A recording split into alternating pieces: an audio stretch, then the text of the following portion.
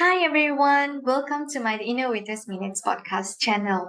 After a very long break, I'm back with season 2, and this season it's going to be all about energy transition and ESG. We're going to talk not only about policy making, but what are the deliverables of the energy transition and how are we going to make it and what are the challenges to implement ESG or the energy transition, especially when it relates to net zero carbon emission by the year of 2050. Back in my country, in Kuala Lumpur, we have come up with few programs and some of the policy making are being taken in place. But we're going to cover not only in Kuala Lumpur, but we're going to cover around the globe. So stay tuned and enjoy episode 1 with Kanmani, the expert in sustainability policy making.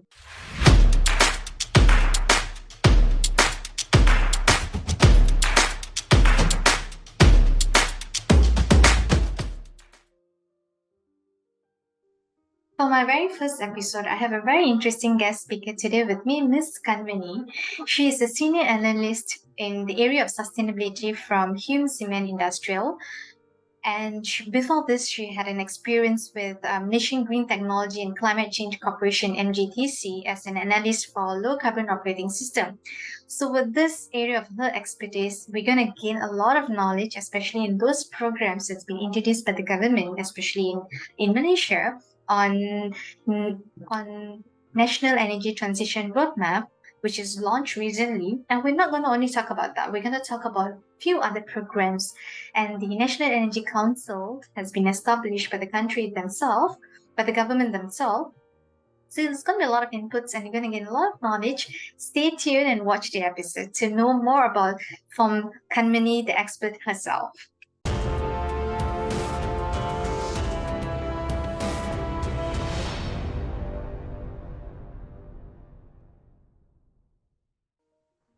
Hi Kanmani. So Hi, Visha. introduce yourself and tell me a bit of your passion on sustainability. Hi, Visha. First of all, thank you for having me in your talk show. My journey into the world of sustainability and climate change has been a diverse and multifaceted one. If you notice, sustainability is a broad area, encompass different fields that touches upon various dimensions of our life. I started my sustainability journey as an education analyst and promote sustainable education. I then transitioned to broadcast journalism. And that is where I realized the interconnectedness of sustainability with socioeconomic policies. And that experience eventually led me to be a health writer during COVID-19 period. And when I was with Code Blue as a health writer, I explored the links between our well-being and the environment, and that's where climate change came into the picture. After that, I started to work as a waste sector analyst within Malaysian Green Technology and Climate Change Corporation.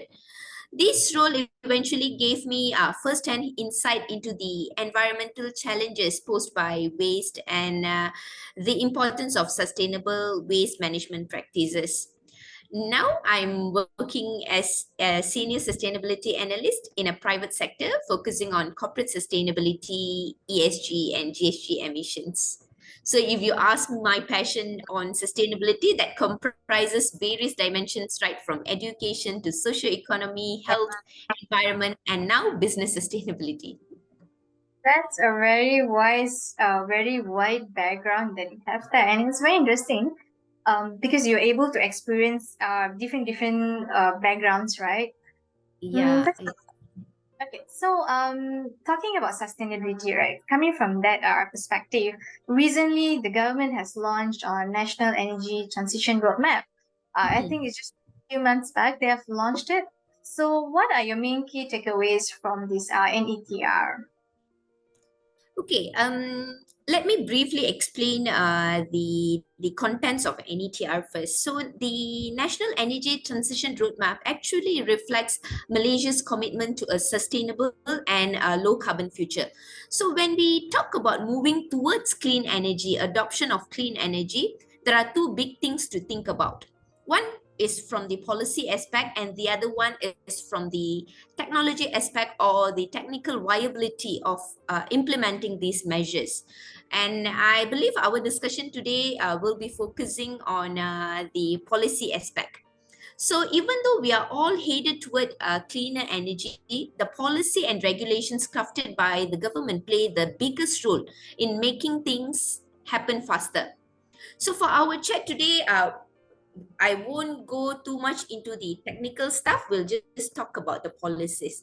So in that case, NETR is structured around 6 key levers, including the energy efficiency, renewable energy, hydrogen, bioenergy, green mobility, and CCUS. CCUS is still is not a mature technology yet, but there there are a lot of cross-cutting initiatives that have been taking place in the CCUS technology. So these levers are supported by 10 catalyst projects and 18 initiatives. So these projects are poised to accelerate Malaysia's transition to a low carbon future. um, Actually, they represent targeted efforts to drive change and innovation across different key sectors to expedite the decarbonization process. And it's important to note that this is not a standalone document. Yeah, so here's the twist. This roadmap emphasizes a whole of nation approach, recognizing that achieving sustainable energy goals requires a collaboration and concerted efforts from various stakeholders. So I see this document as a continuation of Dasar Tenaga Negara, and we can notice that some ministries have already published documents that support a national energy transition pathway in line with NETR and Dasar Tenaga Negara, and some are in the pipeline. And if we notice the recently launched NIMP, the New Industrial Master Plan 2030, and the midterm review of 12th Malaysia Plan, all have embedded energy transition mission within their action plans and initiatives. And yeah, as I said earlier, there are other ministries are currently preparing more targeted initiatives to support a smooth energy transition process in the country in line with the National Energy Transition Roadmap. Okay, when you're talking about all these programs are in lines, right? So this all the programs has been launched recently, but are they all these are contributing with the policy making as well for the energy transition? Are we are we talking on the same page right now? I just want to understand a bit more on the programs and the policy making. Okay, the programs are the supporting aspect of the larger policy making process. So when it comes to policy, the idea will be larger, and the programs will be the catalyst programs or initiatives to speed up certain aspects that have been mentioned in the large policy documents. If we look at NETR, we have different programs, and if we look at transportation sector, there is this green mobility initiative for road transportation, air transportation, and water transportation. Yeah, so there's a difference between policy and programs. Programs are the supporting aspects of a larger policy. Yeah. Are the policy already in place or already been action right now for the country? Yes. The policy has already been in place, especially when there was this launch of Dasar Tenaga Negara, and even before that, we've been focusing more on reducing our emissions within the energy sector. And this roadmap is another added document to accelerate the process, the decarbonization process within the energy sector. Okay, so what is the difference? I mean, if you would talk about NETR, right? Do you know what is the difference with this particular NETR with the other programs that's been launched earlier by the government? Is there any? NETR provides 2050 targets in different catalyst or levers that I've mentioned. So they have these 2050 targets, and they have talked about energy trilemma. So it's an area that talks about the other aspects besides energy transition alone, which can impact the entire energy transition. That's one key aspect, and I see this as an advantage of this document. So this energy trilemma is something that is very important to tackle, and NETR has addressed that. Yeah. Interesting. I mean, talking about as we were speaking, right? So that you mentioned about energy trilemma. So what is energy trilemma?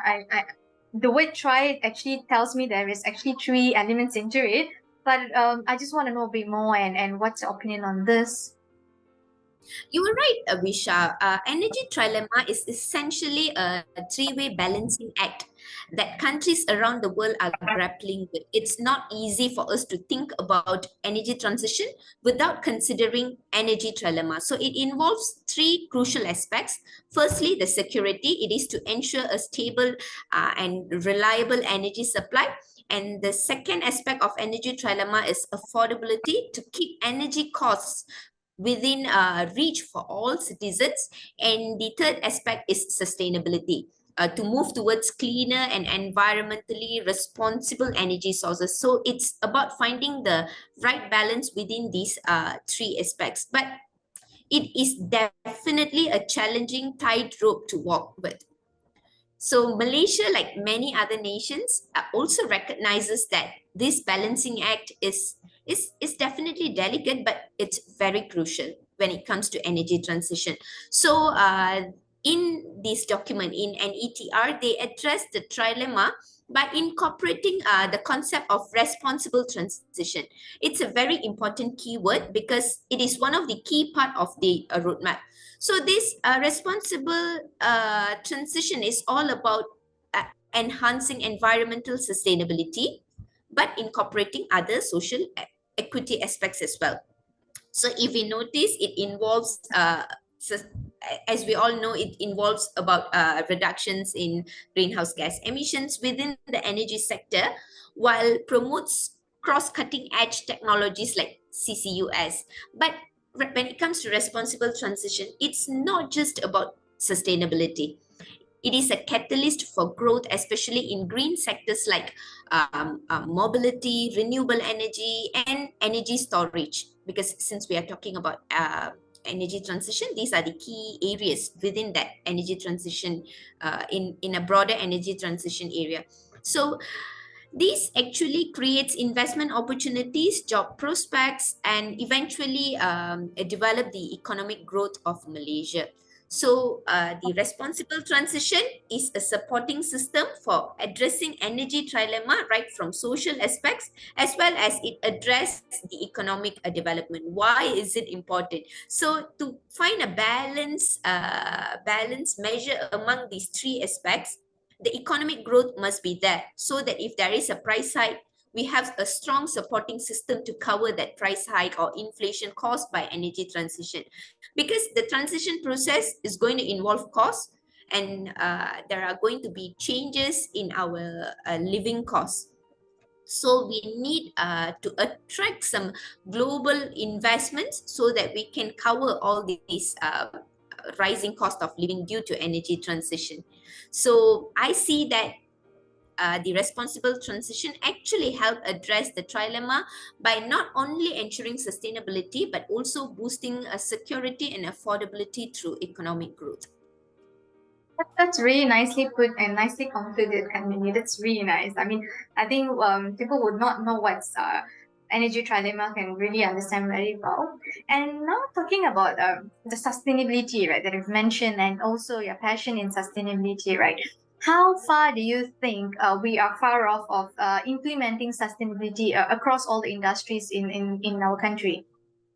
Do you think we're very far off, or we are there, or not yet? I'm seeing this in an optimistic way. We, of course, we are very far away from our targets, but the government is doing everything that is possible to accelerate the sustainability journey within businesses and decarbonization process. So in that case, it's not only about the government's initiatives, it's about the private industry players' role as well to expedite the sustainability journey in the business sector. That is where ESG comes into play. So now if you notice, the midterm review of RMK 12, the 12th Malaysia plan, has this one specific chapter that specifically discusses on accelerating methods of ESG adoptions among SMEs. So our business, if you look at Malaysia's business landscape, SMEs are about 90% of the businesses, comprised of 90% of businesses, where we have very limited or small amount of large scale businesses. So it's very important for us to push the sustainability agenda within SMEs. And yeah, there is a great awareness among SMEs itself, and there are agencies that are ready to assist SMEs to transition their journey into some basic ESG. I would say basic ESG indicators. Yeah. I just want to understand a bit more. Right? When you're talking about sustainability, this is aligned with this UN sustainability agenda, right? Those 17 aspects. Are we talking on that aspects? Yes, okay. When it comes to UN Sustainability Agenda, it's a very broad agenda. So there are these 17 goals, and these 17 goals act as a benchmark for the government to reach the goals. But when it comes to business, we tend to narrow it down further by providing specific indicators under the environment, social, and governance perspective. So if we talk about SDG goals, it's for the broader government actions. And when it comes to ESG, it's all about businesses. So if businesses comply with ESG, that will directly and indirectly affect our sustainability development goals performance. Do you have any sort of like, let's say, how do you measure, right? I just want to know a bit more on this. It's a bit interesting for me. When you apply or you comply to ESG, right? Does the any companies or those SMEs who comply, do they get any sort of certification or how to identify that they have complied? Any measures Okay. to As of now, only public listed companies have this clear direction on ESG compliances because Bursa has came up with its mandates and regulations and guidelines. But for ESG, I think we can have another session to talk about ESG adoption among SMEs because there'll be a new document that will be launched by MITI very soon as a primary guideline for SMEs to adopt ESG. After that, only we can talk about the certification programs and all the compliances assurance parts for SMEs. All we need now is more investments and support for SMEs to adopt ESG first. They must be ready to travel in that journey, and then we can start discussing about this compliances part. Yeah. That's interesting. Just like earlier, we were talking about any NETR, and then we diverge a Yeah. bit into sustainability, right? The whole, right? I just want to conclude and see what we can actually take away from our discussion today.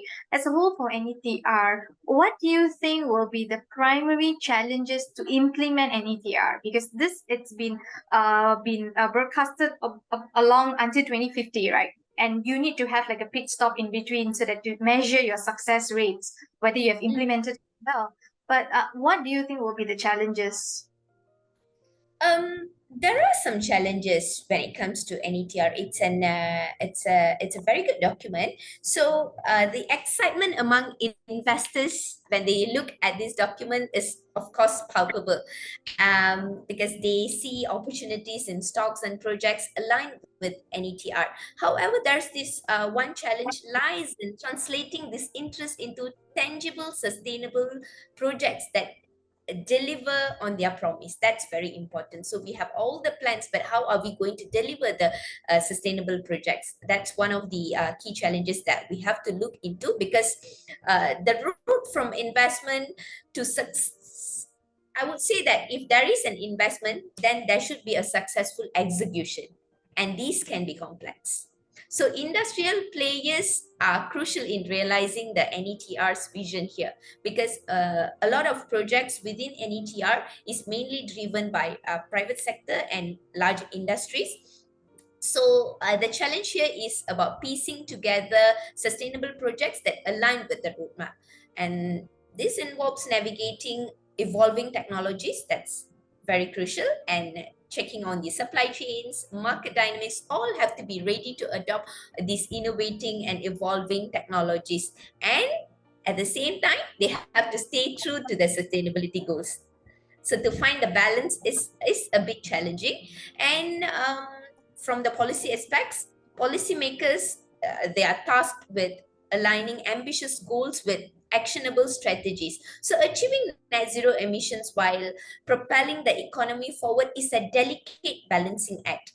The challenge lies in crafting policies that drive real change while ensuring economic stability and social equity. So we have discussed this earlier as well. So in order to maintain the social equity within this energy transition journey, the economy must be stable so that we can have potential trade-off that can be handled well.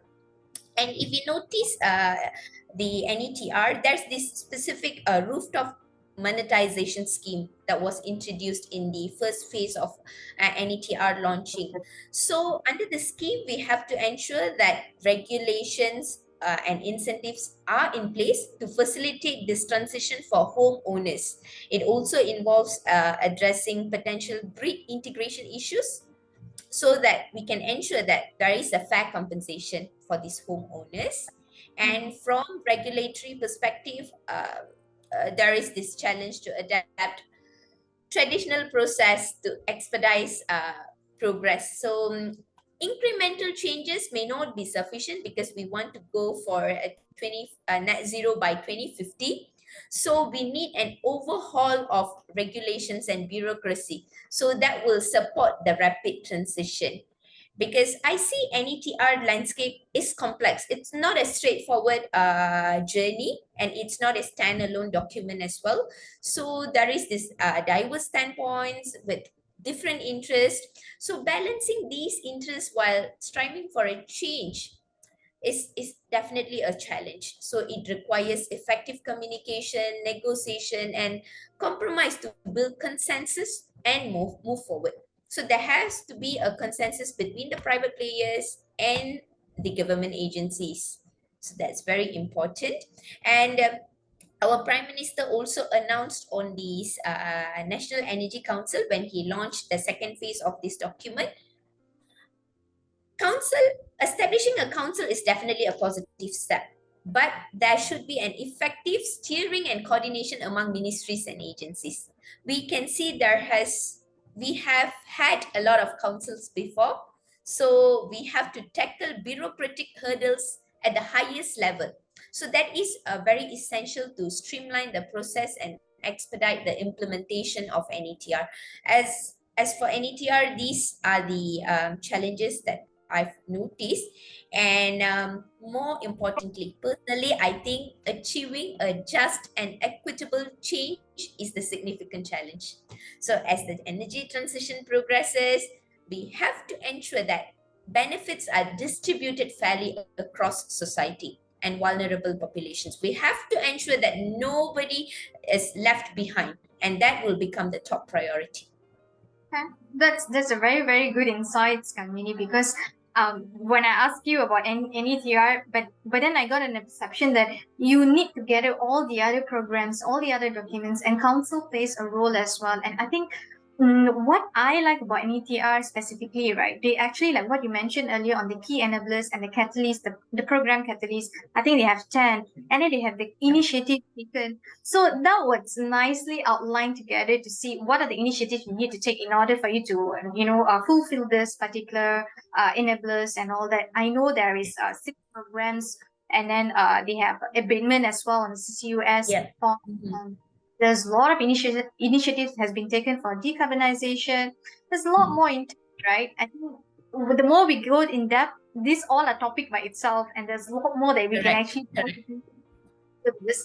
But as of today, I think it's good enough for us to get an overall outlook at what are the programs we have, and that now that you mentioned that's a council for this, it's Yes. also good to know that what are the government is playing in this role and on doing in or targeting the energy transition as a whole itself.